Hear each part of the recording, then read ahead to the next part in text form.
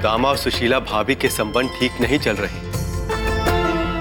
मैं चाहता हूं कि आप जाएं और जाकर उनके आपसी मतभेद मिटाएं और उन दोनों को एक दूसरे के समीप लाने का प्रयास करें। नारायण नारायण प्रभु, ये तो बड़े ही सम्मान की बात है मेरे लिए, जो आपने मुझे अपने किसी कार्य के योग्य समझा। मुझे आशीर्वाद दीजिए प्रभु। नारायण नारायण।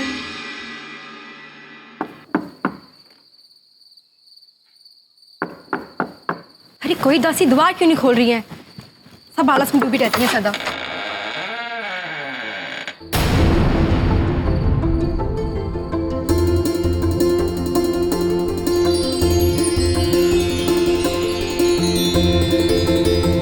कौन हो तुम? मैं जानता था आप भूल जाएंगी। नहीं पहचाना ना? नहीं, परिचय दो अपना। मैं देवदत्त हूँ, आपका चचेरा भाई। अरे देवदत्त। अरे देवदत्त तुम?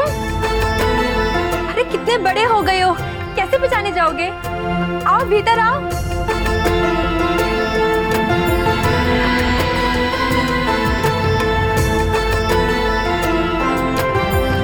वाह दीदी, अति सुंदर।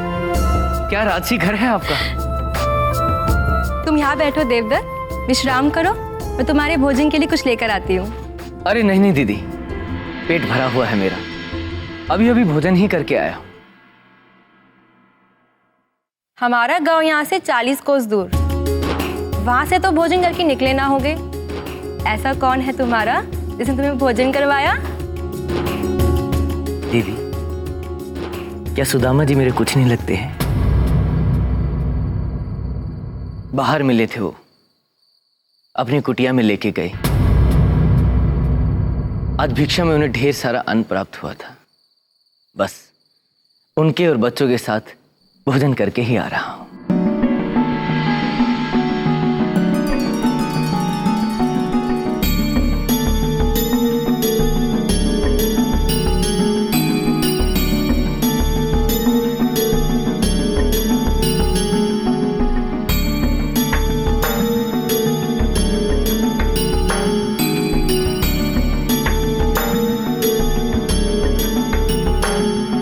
दीदी, सारे संसार में जब भी प्रेम से जुड़े प्रसंगों की चर्चा होती है, आपके परिवार की सौगंध ली जाती है, किंतु आज आपका ही परिवार ऐसे टूटकर बिखरा हुआ है।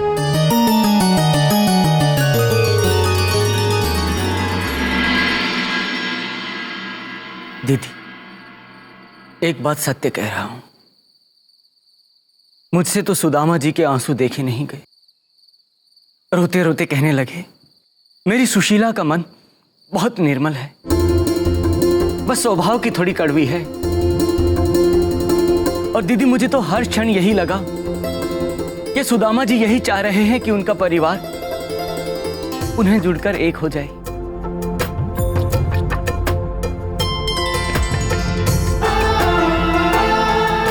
और दीदी, इसमें अनुचित ही क्या है जो सुदामा जी स्वयं और अपने बच्चों को धर्म का पालन करने की शिक्षा दे रहे हैं।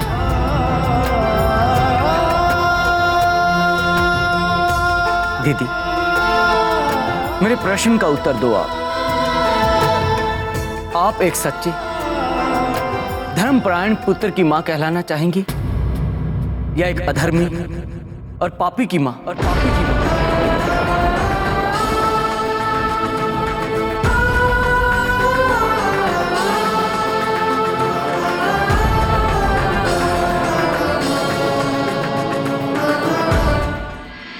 हे द्वारकाधीश, नारद जी तो बड़े ही चतुर निकले।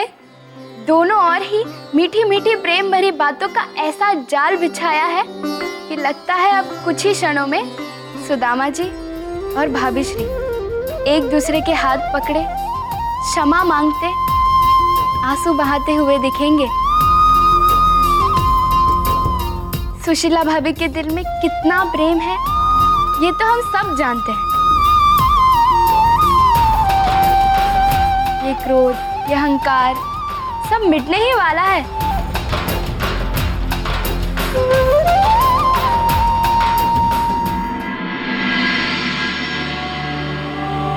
दीदी,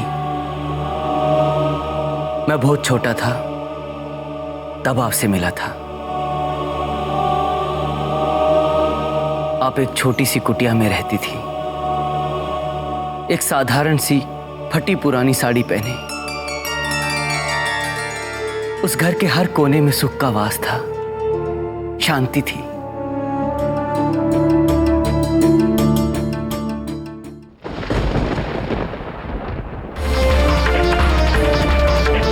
दीदी, तड़प आज वे भी रहे और आप भी भीतर ही भीतर तड़प रही हैं। बीच में यदि कुछ है तो वो है अहंकार, झूठी मान मर्यादा और लोभ।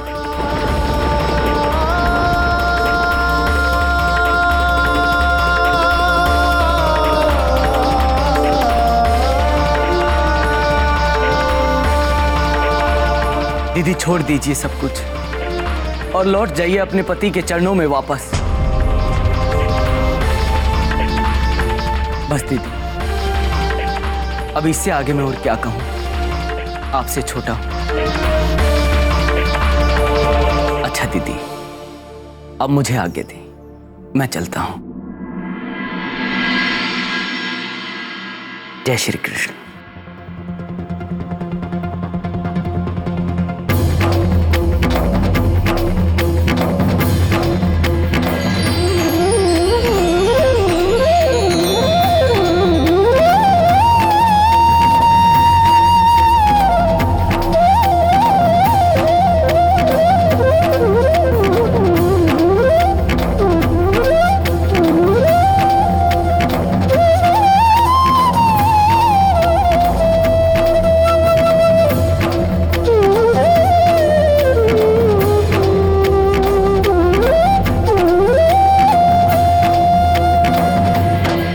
जी का हृदय तो पूरी तरह से परिवर्तित हो गया दिख रहा है। आप तो यूं ही कह रहे थे कि उचित समय नहीं आया है।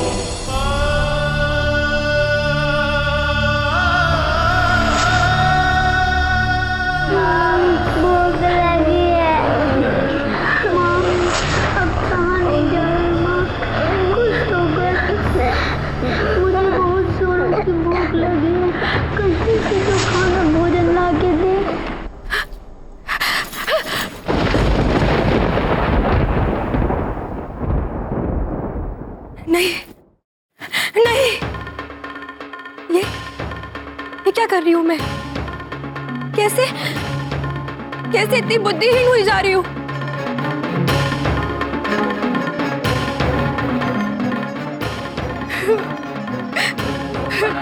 बहुत दरिद्रता की पीड़ा झेली है मेरे बच्चों ने।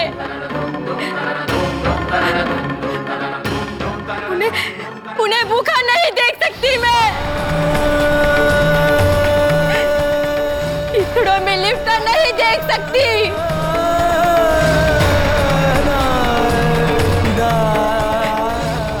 उन्हें पानी पीकर पेट भरता नहीं देख सकती मैं।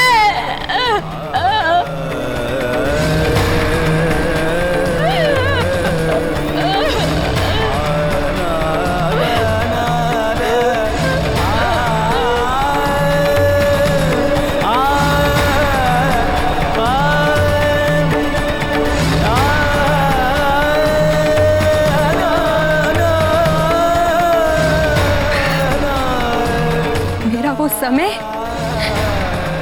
वो काले दिन इसी संदूक में ही बंद रखे जाए, ये कभी बाहर ना निकल पाए।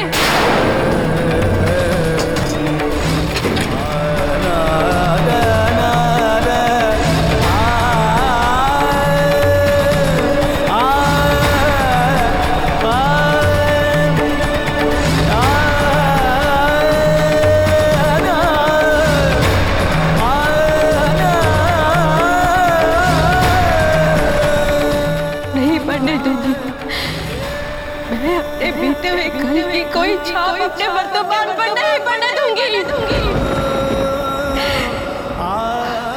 अपने परिवार पर नहीं पड़ने दूंगी। चाहे कुछ भी हो जाए, कुछ भी हो जाए।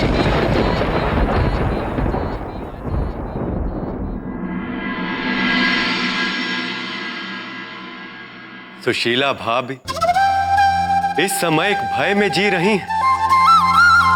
अपने बीते हुए कल में इतने कष्ट झेले हैं उन्होंने कि आज के वैभव से नाता तोड़ते हुए डर लग रहा है।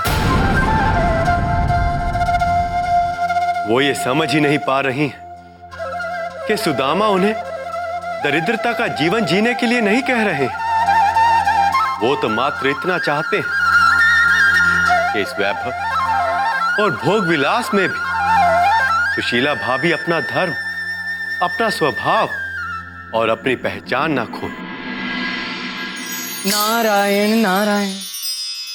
प्रणाम प्रभु।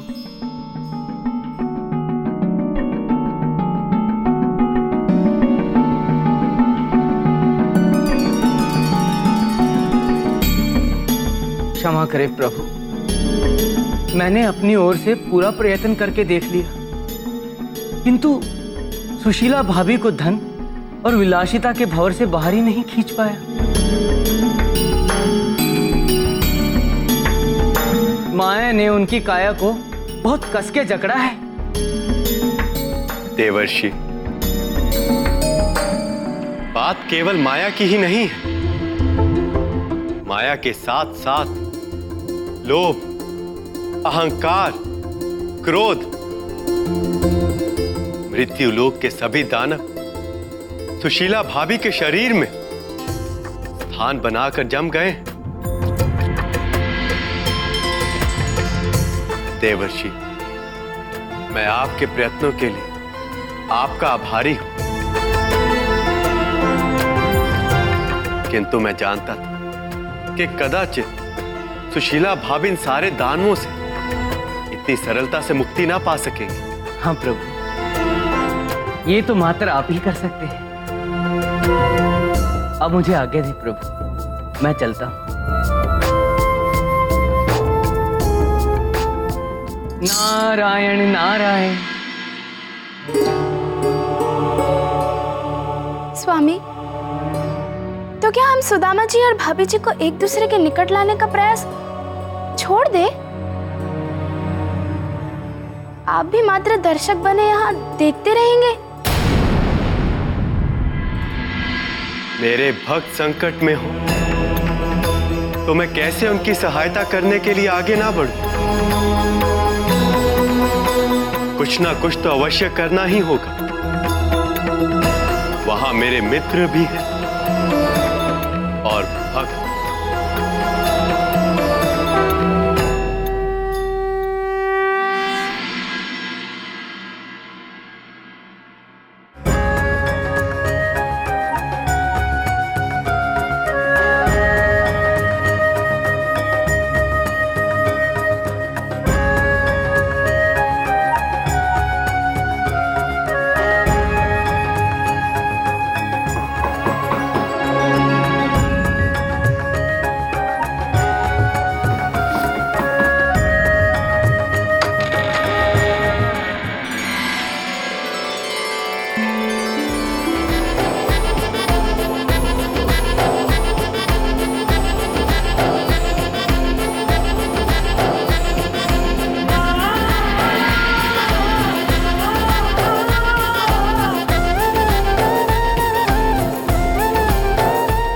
हो तुम?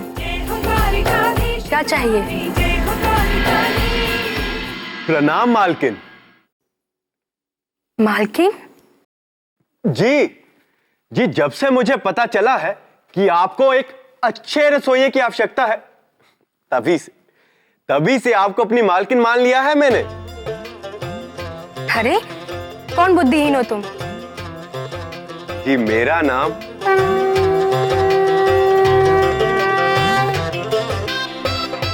मुरली मनोहर है।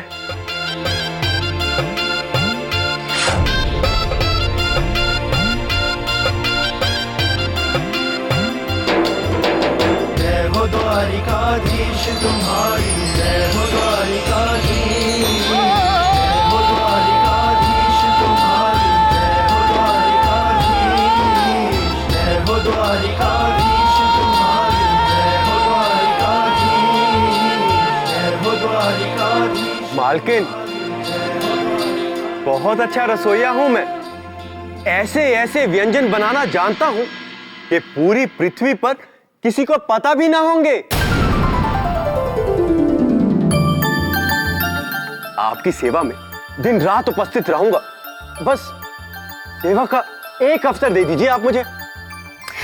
देखो, मेरे पास रसोइया है, मुझे किसी और रसोइया की आवश्यकता नहीं है। किसने कहा तुमसे यहाँ आने के लिए? मालकिन, स्वयं द्वारकाधीश ने भेजा है मुझे यहाँ।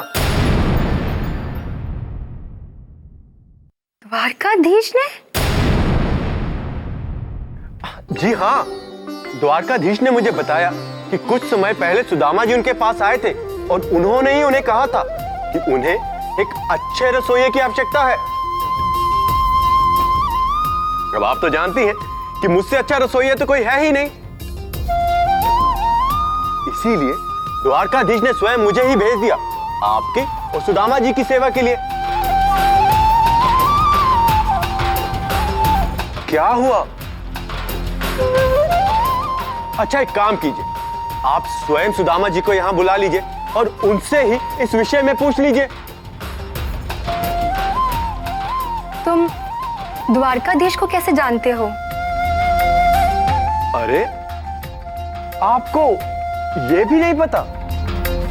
मुझे कैसे पता होगा?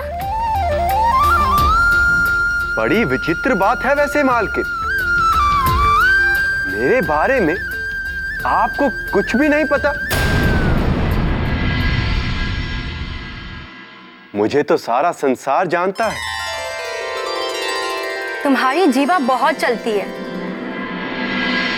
जो पूछे उसी का उत्तर दो। मालकिन, वही तो कर रहा हूं मैं। श्री कृष्ण के महल का रसोइया मैं ही था। वो और उनकी 16,108 रानियां। आप सोचिए तो, सबके अपने अपने चाव, किंतु मैं भी तैयार तत्पर रहता था। जिसने जो मांगा बात पूरी होने से पहले ही उनके आगे परोस देता था। मालकिन, मैं तो आपसे कह रहा हूं, आप मुझसे बहुत प्रसन्न रहेंगी।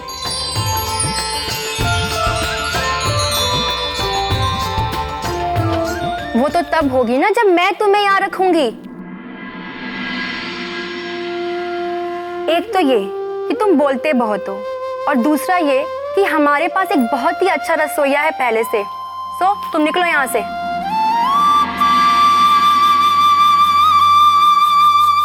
मालकिन, सोच लीजिए, कहीं मेरे जाने के बाद आपको कोई पछतावा ना हो जाए। समय बड़ा बलवान है, कौन जाने कुछ ही क्षणों में आपको मेरी आवश्यकता पड़ जाए। मालकिन, मुझे कोई जल्दी नहीं है, आप सोच लीजिए। हरे हरे द्वारिकाधीश हरे